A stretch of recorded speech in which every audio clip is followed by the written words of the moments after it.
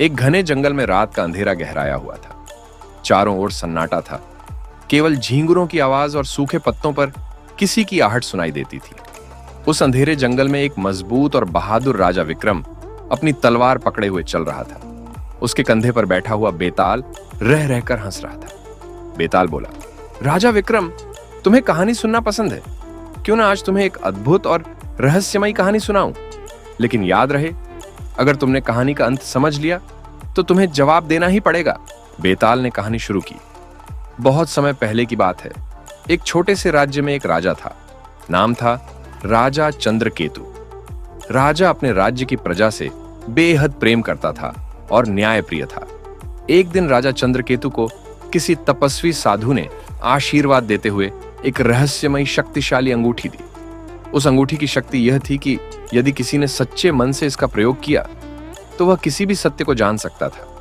लेकिन एक शर्त भी थी, जो इसका प्रयोग करेगा उसे हमेशा सत्य के मार्ग पर चलना होगा। यदि उसने झूठ का सहारा लिया तो यह अंगूठी उसकी जान भी ले सकती थी। राजा चंद्रकेतु ने उस अंगूठी को अपने पास रखने का निश्चय किया। समय बीतता गया और राजा ने उस अंगूठी का प्रयोग करना बंद कर दिया। लेकिन कुछ साल बाद जब राजा बूढ़ा हो गया तो उसने यह अंगूठी अपने पुत्र को सौंप दी और उसे भी वही शर्त समझा दी। राजा के पुत्र राजकुमार रुद्र ने जब अंगूठी को अपनाया तो उसे शक्ति का एहसास हुआ। लेकिन रुद्र का स्वभाव थोड़ा अलग था।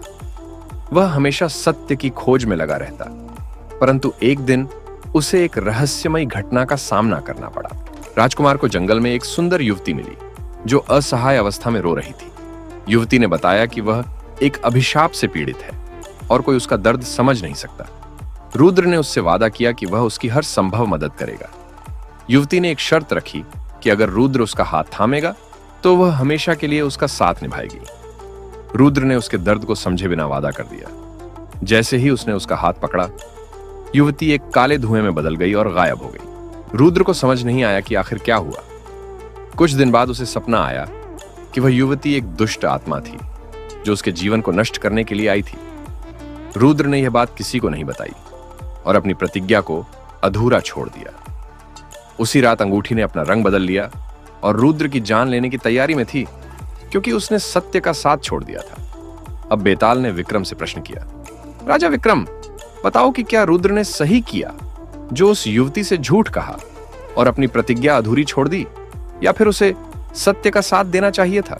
विक्रम कुछ क्षण सोचता रहा और फिर बोला, बेताल, रुद्र ने गलती की। उसे सत्य के मार्ग पर चलते हुए अपनी प्रतिज्ञा को निभाना चाहिए था।